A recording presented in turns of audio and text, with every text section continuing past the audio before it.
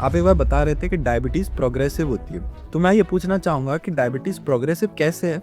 ये आम पब्लिक को भी समझ आ जाए और इसके क्या कॉन्सिक्वेंसेस हो सकते हैं? डायबिटीज़ हो जाती है, ब्लड शुगर हो जाता है, डॉक्टर एक दवाई लिख देते हैं, हम उसको कंट्रोल कर लेते हैं, हमारा आरबीएस जो है कम आने लगता है, जब हम घर में शुगर आरबीएस चेक करते हैं, कम आने लगता है और हम संतुष्ट हो जाते हैं कि अब हमें कोई दिक्कत नहीं आएगी। यहीं से ही सारी समस्या शुरू होती है, क्योंकि बेसिकली धीरे-धीरे 1 डेढ़ साल बाद उसी दवाई से बेसिकली ये शुगर कंट्रोल नहीं हो रही होती। फिर हम दवाइयाँ चेंज करते हैं, फिर 2-3 साल बाद वो दवाई सूट नहीं कर रही होती, फिर हम दूसरी दवाइयाँ चेंज करते हैं, फिर दवाई ऐड ऑन्स होती जाती हैं।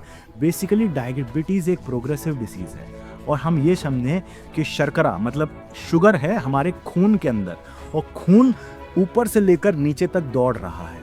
तो बेसिकली जहाँ-जहाँ जैसे हम घर में एक जगह शुगर को रख दिया जाए, बाहर फैला के, तो चींटियाँ आ जाएँगी, वो जगह कमज़ोर हो जाएगी। इसी तरीके से अगर हमारी जो ब्लड कैपिलरीज़ जहाँ-जहाँ पतली हैं, जैसे आँखों के कॉर्निया या पैरों में ब्लड वेसल्स, ये बेसिकली शुगर अगर ब्लड के अंदर घूम रही है तो वहाँ-वहाँ प्रॉब्लम देगी। इसीलिए लोगों की आँखें आईसाइट्स वीक हो जाती हैं, सेक्सुअल पावर्स कम हो जाते हैं।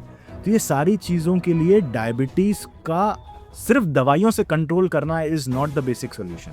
फिर दवाइयों के साइड इफ़ेक्ट्स हैं, जो कि लॉन्ग टर्म में बेसिकली आपकी किडनी को इफ़ेक्ट करेंगे, आपके पैनक्रियाज़ को इफ़ेक्ट करेंगे।